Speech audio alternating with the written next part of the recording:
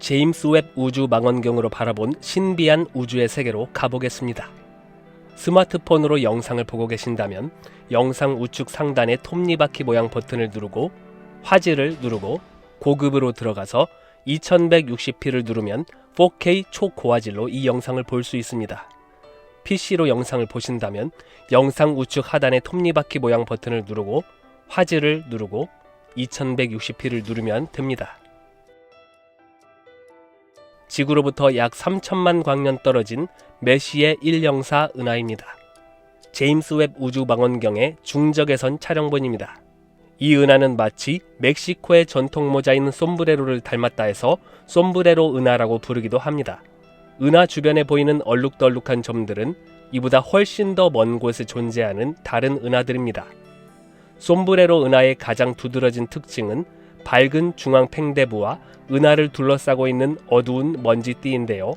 이 조합이 정말로 솜브레로 모자와 비슷해 보이죠? 또는 양궁 표적과도 비슷해 보이네요. 은하의 지름은 5만 광년으로 우리 태양계가 속한 은하 크기의 절반 정도 됩니다. 솜브레로 은하는 나선 은하와 타원 은하의 특징을 동시에 가지고 있어서 하이브리드 은하로 불리기도 합니다. 나선 은하란 중심에 둥근 은하 팽대부와 그 주변을 감싸는 나선팔이 있는 형태의 은하를 말합니다. 타원 은하는 타원형이나 구형에 가까운 구조로 나선팔이 없고 단순한 모양을 가지는 은하입니다. 솜브레로 은하는 이 두 은하 종류의 중간 형태를 가지고 있죠.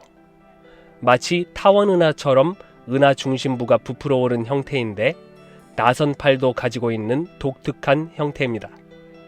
과학자들은 이 솜브레로 은하가 과거에 작은 은하들이 합체해서 생긴 결과일 것이라고도 추측하고 있습니다. 이 은하의 중심에는 태양질량의 8억 배에 달하는 초대질량 블랙홀이 존재합니다. 이 블랙홀이 강한 중력으로 은하를 묶어두고 있는 것입니다.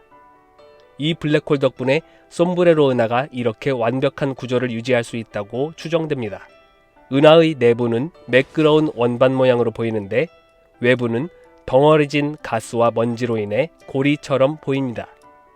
이렇게 가스와 먼지가 밀집된 곳에서는 새로운 별이 계속해서 만들어집니다. 지구로부터 약 60억 광년 떨어져 있는 퀘이사입니다. 퀘이사란 은하 중심에 있는 초대질량 블랙홀이 주변 물질을 빨아들이면서 엄청난 빛과 에너지를 내는 현상입니다. 블랙홀이 물질을 먹으면서 만들어내는 강력한 빛의 폭발이라고 생각하면 되는 것이죠. 그런데 제임스 웹이 촬영한 이 퀘이사는 귀금속 상점에서 볼 수 있는 보석 반지처럼 보입니다. 이것은 중력 렌즈 현상 때문인데요. 중력 렌즈 현상이란 빛이 중력에 의해 휘어지는 현상입니다. 예를 들어 멀리 있는 별이나 은하에서 온 빛이 그 사이에 있는 아주 무거운 천체를 지나갈 때 그 무거운 천체의 중력이 빛을 휘게 만듭니다. 그 결과 우리가 보는 별이나 은하의 모습이 휘어지거나 늘어나 보이거나 심지어 여러 개로 나뉘어 보이기도 합니다. 이 퀘이사의 모습은 여러 개로 나뉘어 4개로 보입니다.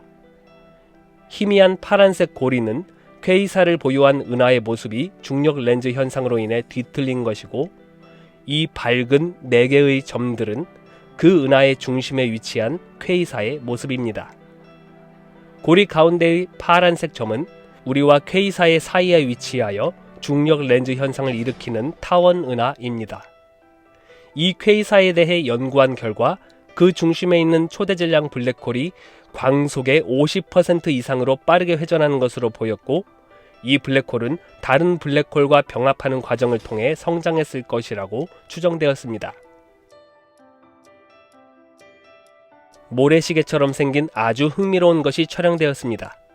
지구로부터 460광년 떨어진 곳에 존재하는 분자구름 속에 있는 원시별입니다. 원시별이란 별이 태어나는 초기 단계에 있는 천체를 말합니다.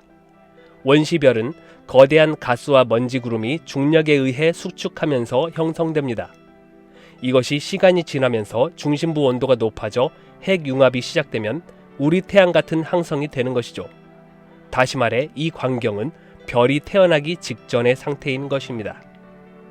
중앙에 밝게 보이는 부분에 원시별이 존재하고 수평으로 가로지르는 희미한 선은 원시 행성계 원반입니다.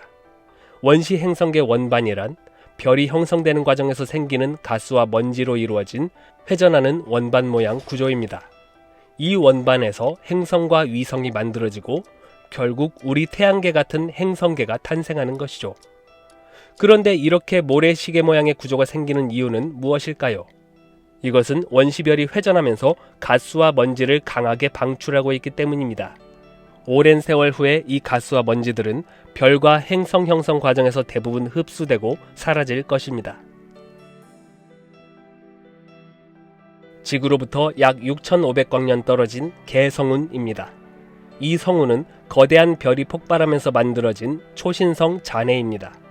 이 초신성 폭발은 서기 1054년에 지구에서 목격되었고 그 당시 중국과 일본의 천문학자들이 남긴 기록에 의하면 약 한 달 동안은 낮에도 육안으로 볼 수 있을 만큼 굉장히 밝았다고 합니다.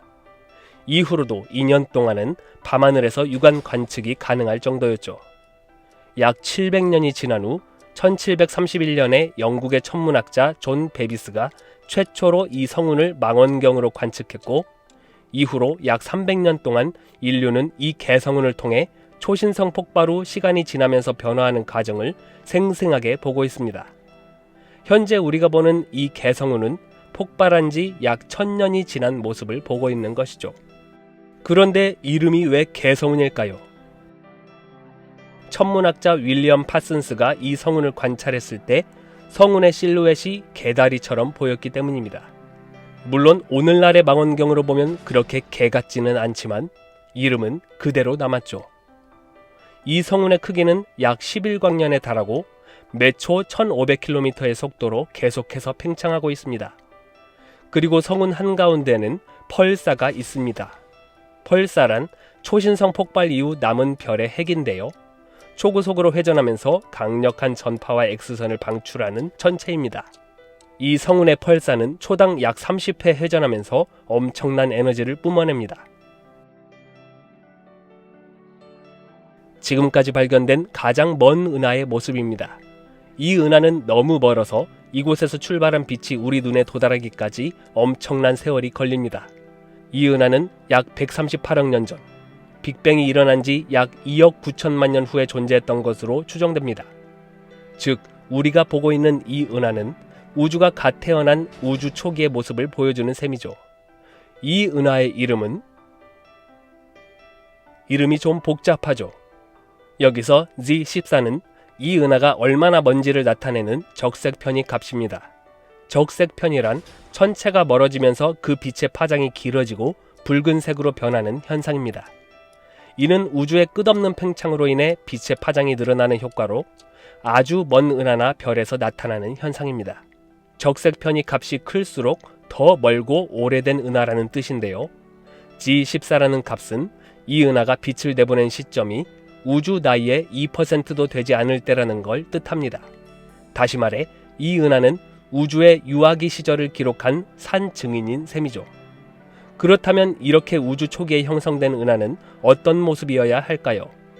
과학자들의 계산으로는 이렇게 멀리 있는 우주 초기 은하는 아직 충분히 성장하지 못하여 불규칙한 형태의 이제 막 태어난 별들로 이루어져 있을 것이라고 생각해왔습니다. 그런데 실제로 관측한 이 은하의 모습은 전혀 그렇지 않았습니다.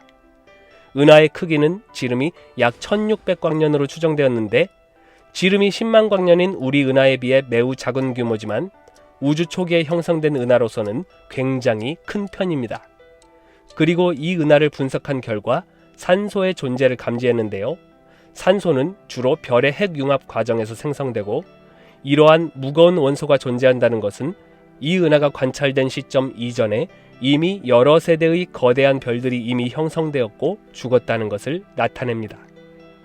은하의 나이는 신생아인데 얼굴은 중년 아저씨의 모습을 한 것이죠.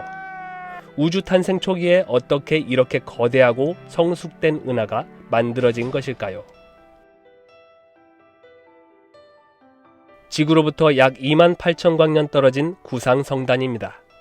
구상성단이란 수십만 개에서 수백만 개의 별들이 중력에 의해 구 형태로 뭉쳐있는 천체를 말하죠. 이 구상성단은 우리 은하의 중심부 근처에 있는데요. 제임스 웹 우주망원경이 있기 전까지는 우리 은하의 중심부에서 성단을 관찰하는 것은 아주 어려운 일이었습니다. 은하의 중심부는 많은 양의 가스와 먼지가 밀집되어 있어서 일반적인 망원경으로는 성단 관측이 어렵기 때문입니다. 이 성단의 별들은 서로 강력한 중력으로 묶인 채로 오랜 세월 동안 흩어지지 않고 그 자리를 지키고 있습니다. 특별히 이 구상 성단이 일반적인 성단과 다른 점은 그 안에 펄사가 있다는 것입니다. 펄사는 초신성 폭발로 남겨진 별의 잔해로 초고속으로 회전하면서 강력한 전파를 방출하는 천체라고 말씀드렸죠. 그런데 여기 있는 펄사들은 초당 수백에서 1000번 이상 회전하는 어마어마한 속도를 자랑하는 밀리초 펄사들입니다. 이 성단에서 8개 이상의 밀리초 펄사가 발견되었습니다. 우주는 정말 끝이 없는 이야기를 담고 있는 것 같습니다. 오늘 우리가 함께 본 장면들은 우주의 작은 점 하나에도 미치지 못할 것입니다. 아직 우리가 답을 찾지 못한 천체들, 그리고 아직 발견되지 않은 별들이 지금도 우주 속에 무수히 존재하니까요.